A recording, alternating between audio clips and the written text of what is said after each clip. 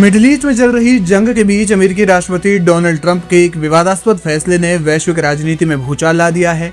13 अप्रैल को पूर्वी समयानुसार 10 बजे से अमेरिकी नौसेना ने दुनिया के सबसे महत्वपूर्ण तेल मार्ग होर्मुज जलडमरू मध्य की पूर्ण सैन्य नाकेबंदी शुरू कर दी है। ट्रंप के इस आदेश का उद्देश्य ईरान की अर्थव्यवस्था की रीढ़ तोड़ना है, लेकिन इसके जवाब में ईरान और चीन के कड़े रुख ने स्थिति को और ज्यादा विस्फोटक बना लिया है। ट्रंप ने व्हाइट हाउस से संबोधित करते हुए कहा कि ईरान द्वारा अंतर्राष्ट्रीय जलमार्गों में बिछाई गई समुद्री माइंस और आतंकवाद की फंडिंग रोकने के लिए ये सर्जिकल नाकेबंदी आवश्यक है।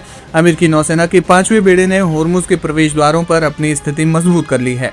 इधर ईरान ने इस कार्रवाई को युद्ध की सीधी घोषणा करार दिया है। ईरान के रेवोल्यूशनरी गार्ड्स यानी पासदार इस्लाम ने चेतावनी दी है कि अगर उनके एक भी जहाज को रोका गया तो वो न केवल होर्मुज को हमेशा के लिए बंद कर देंगे, बल्कि क्षेत्र में मौजूद अमेरिकी सैन्य ठिकानों को भी निशाना बनाएंगे। इस विवाद में सबसे बड़ा मोड़ तब आया जब चीन खुलकर ईरान के समर्थन में खड़ा हो गया। चीन की पीपल्स लिबरेशन आर्मी के शीर्ष एडमिरल ने एक आपातकालीन प्रेस कॉन्फ्रेंस में अमेरिका को सीधी चेतावनी दी। चीन के नेवी एडमिरल डोंग जून ने कहा, हम विश्व में शांति और स्थिरता के लिए प्रतिबद्ध हैं। हम मध्य पूर्व की स्थिति पर नजर रख रहे हैं। हमारे जहाज होर्मुज जलडमरू मध्य में लगातार आ जा रहे हैं। ईरान के साथ हमारे व्यापार और ऊर्जा समझौते हैं। हम उनका सम्मान करेंगे और उम्मीद करते हैं कि अन्य लोग हमारे मामलों में दखल ना दें। ईरान होर्मुज स्ट्रेट को नियंत्रित करता है और ये हमारे लिए खुला है। खबरों के मुताबिक चीन ने अदन की खाड़ी में तैनात अपने टास्क फोर्स को तुरंत उत्तर की ओर बढ़ने का आदेश दिया है। रिपोर्ट्स के मुताबिक चीनी विध्वंसक और टोही विमान ओमान की खाड़ी के पास देखे गए हैं। रक्षा विशेषज्ञों का मानना है कि अगर चीनी युद्धपोत अपने तेल टैंकरों को एस्कॉर्ट करते हुए अमेरिकी नाकेबंदी को तोड़ने की कोशिश करते हैं तो दोनों महाशक्तियों के बीच सीधा सैन्य टकराव हो सकता है। हालांकि इसकी आशंका कम है, क्योंकि न तो अमेरिका चीन से उलझना चाहेगा और न ही चीन अमेरिका से। फिलहाल होर्मुज में जो कुछ भी चल रहा है उसे लेकर अमेरिका और चीन आमने सामने होते हुए नजर आ रहे हैं। देखना यह होगा कि अगला कदम दोनों देशों का क्या होगा।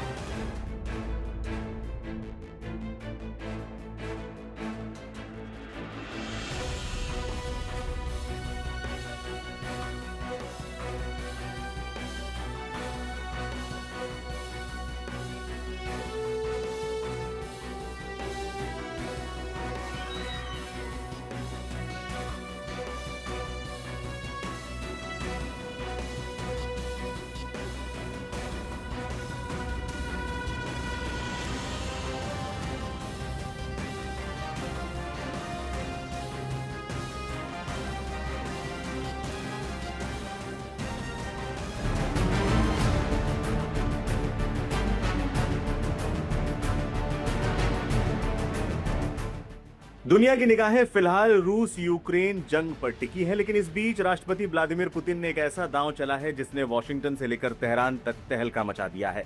इस्लामाबाद में अमेरिका और ईरान के बीच सीधी बातचीत नाकाम होने के ठीक बाद पुतिन ने शांति की कमान संभालने की पेशकश की है।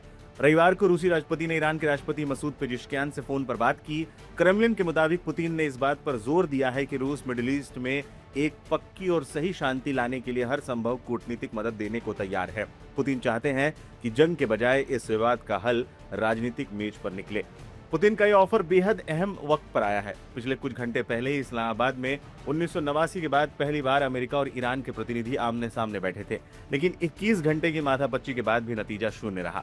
अमेरिका का कहना है कि ईरान ने परमाणु हथियार का रास्ता छोड़ने से मना कर दिया। वहीं ईरान के स्पीकर ने आरोप लगाया कि अमेरिका भरोसा जीतने में नाकाम रहा। इस कड़वाहट के पीछे 3 बड़ी दीवारें हैं: ईरान का न्यूक्लियर प्रोग्राम, होर्मुज स्ट्रेट पर कंट्रोल और तेहरान की बैलिस्टिक मिसाइल क्षमता। इन मुद्दों पर सहमति न बनने से 2 हफ्तों के नाजुक सीजफायर के टूटने का खतरा अब और बढ़ गया है।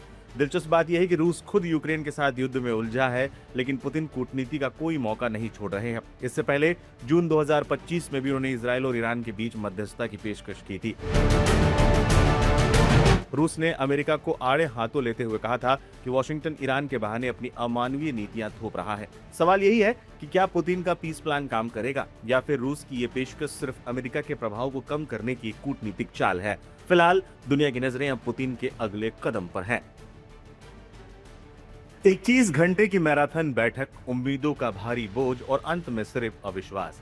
अमेरिका और ईरान के बीच हुई ऐतिहासिक वार्ता विफल हो चुकी है, लेकिन बात अब सिर्फ विफलता की नहीं है, बात उस कड़वाहट की है जिसने अब एक नए कूटनीतिक युद्ध का रूप ले लिया है। ईरान ने अमेरिका को दुष्ट और नीच तक कह डाला। ईरानी प्रतिनिधिमंडल का नेतृत्व कर रहे पार्लियामेंट स्पीकर मोहम्मद बाकिर गालिबाफ ने मोर्चा खोल दिया है। उन्होंने दो टूक कहा है कि अमेरिका ईरान का भरोसा जीतने में बुरी तरह से नाकाम रहा। गालिबाफ ने एक्स पर लिखा, ईरान ने तो सकारात्मक पहल की, लेकिन दूसरी तरफ से भरोसे की एक बूंद भी दिखाई नहीं दी। ईरान का सीधा आरोप है कि अमेरिका जो युद्ध के मैदान में हासिल नहीं कर पाया, उसे बातचीत की टेबल पर थोपना चाहता है। 2015 के परमाणु समझौते के चेहरा रहे मोहम्मद जावाद जारिफ ने भी इस बार हमलावर हैं। उन्होंने कहा कि अमेरिका को यह सीखना होगा कि वो ईरान पर अपनी शर्तें नहीं थोप सकता। जारिफ के मुताबिक अमेरिका के अड़ियल रवैये ने ही इस बातचीत का गला घोटा है। दूसरी तरफ अमेरिकी दल, जिसका नेतृत्व उपराष्ट्रपति जेडी वांस कर रहे थे, अपनी कहानी सुना रहे हैं। वांस ने कहा कि हमने 21 घंटे तक अपनी पूरी ताकत झोंक दी, बेहतरीन प्रस्ताव रखा, लेकिन ईरान परमाणु हथियार न बनाने की प्रतिबद्धता पर राजी नहीं हुआ। वेंस ने तंज कसते हुए कहा, यह समझौता न होना हमसे ज्यादा ईरान के लिए बुरी खबर है। इस वार्ता में ईरान ने एक 10 सूत्रीय योजना रखी थी। मांग थी अमेरिकी सैनिकों की वापसी, प्रतिबंधों का खात्मा और सबसे अहम हॉर्मुज स्ट्रेट पर पूर्ण नियंत्रण। लेकिन अब जब वार्ता टूट चुकी है तो दुनिया भर के ऊर्जा बाजार में डर का माहौल है। क्या हॉर्मुज का रास्ता खुलेगा या फिर तेल की सप्लाई पर संकट के बादल और गहरे होंगे? हालांकि ईरान के प्रवक्ता इस्माइल बाकाई का कहना है कि कूटनीति अभी खत्म नहीं हुई है। 40 दिनों की युद्ध के बाद इस अविश्वास के माहौल में किसी चमत्कार की उम्मीद तो कम थी, लेकिन इस विफलता ने मध्य पूर्व को एक बार फिर अनिश्चितता की आग में झोंक दिया है। दोनों पक्ष अपने घर लौट चुके हैं, लेकिन सवाल वही खड़ा है, क्या अगला दौर बातचीत का होगा या संघर्ष का?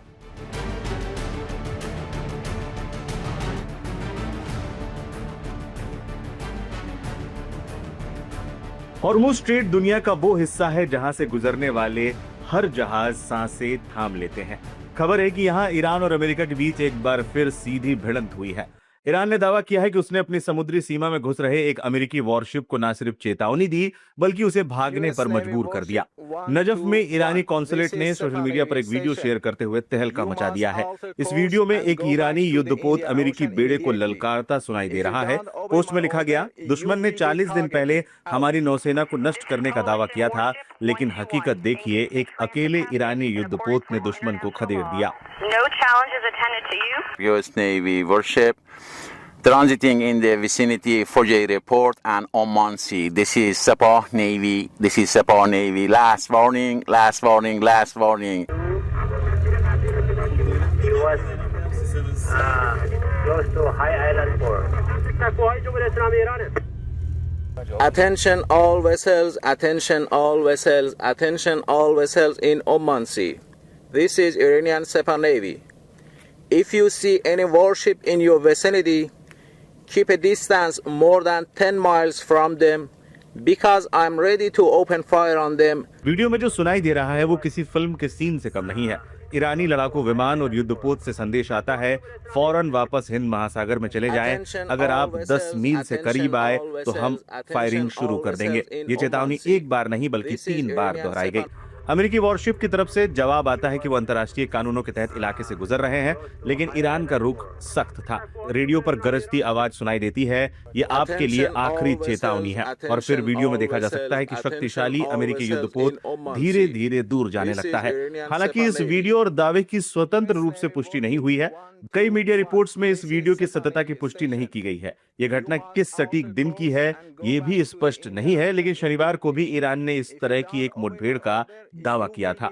ईरानी कॉन्सुलेट ने चेतावनी भरे लहजे में यह भी कहा है कि ईरान का क्रोध वास्तव में बहुत भयानक है। अमेरिका और ईरान के बीच पहले से ही वार्ता विफल हो चुकी है और अब समुद्र में इस तरह की तनातनी ने दुनिया भर की चिंताएं बढ़ा दी है। क्या ये सिर्फ एक वीडियो है या आने वाले किसी बड़े तूफान की आहट? This is Sabah Navy. Last warning, last warning, last warning.